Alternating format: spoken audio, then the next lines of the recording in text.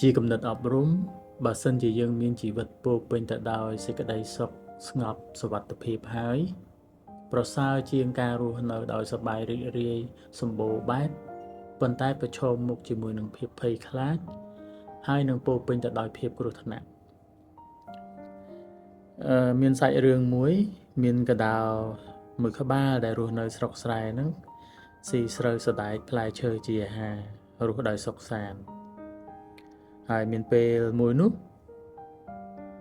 មានសាច់ញាតិមកពីទីក្រុងមកលេងអញ្ចឹងទៅកដោស្រែហ្នឹងក៏បានទទួលសាច់ញាតិគាត់ថាជាកដោក្រុងហ្នឹងបែបរបៀបស្រុកស្រែមានសដែកមានផ្លែឈើអីចឹងទៅហើយកដោក្រុងហ្នឹងក៏គេនិយាយថាម្ហូបស្រុកស្រែអត់ឆ្ងាញ់ទេគួរឲ្យធុញទ្រាន់អីចឹងទៅគេថាបើនៅទីក្រុងវិញម្ហូបអាហារឆ្ងាញ់ណាអញ្ចឹងទៅក៏គេបបួល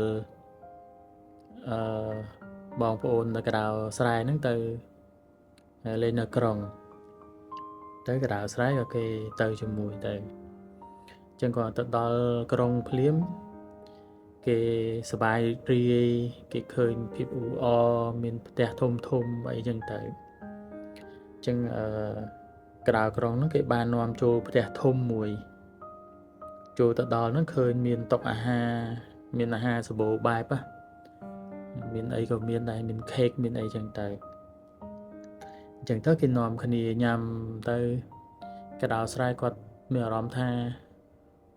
សប្បាយរីករាយទៅបានម្ហូបដែលឆ្ងាញ់ដែលគាត់អត់ធ្លាប់ហូបពីមុនអីចឹងណាអញ្ចឹងទៅគាត់ឆ្ងាញ់ឡើងលិតដៃអីចឹងញ៉ាំមិនទាន់បានស្រួលបួលផងស្រាប់តែមានឆ្មាមួយដើរមកក៏ដល់បងប្អូននៅក្រុងហ្នឹងថាអូយមានគ្រោះថ្នាក់មកដល់ហើយយើងរត់ពួន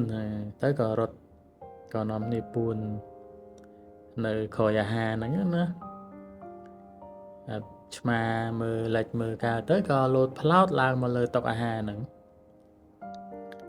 ក៏ដល់ក្រុងហ្នឹងអូយឆាប់កិច្ចខ្លួនទៅលឿនអញ្ចឹងខ្លាចជាចំណីឆ្មាឡើយទៅនាំគ្នារត់ចូលរុនក្បែរហ្នឹងទៅហើយកដោស្រែគ្នាអត់ធ្លាប់នោះឡើងព្រលឹងហោះស៊ីផលិតហើយកដោស្រែហ្នឹងក៏បាននិយាយទៅកដោក្រុងថាគ្នាលាសិនហើយ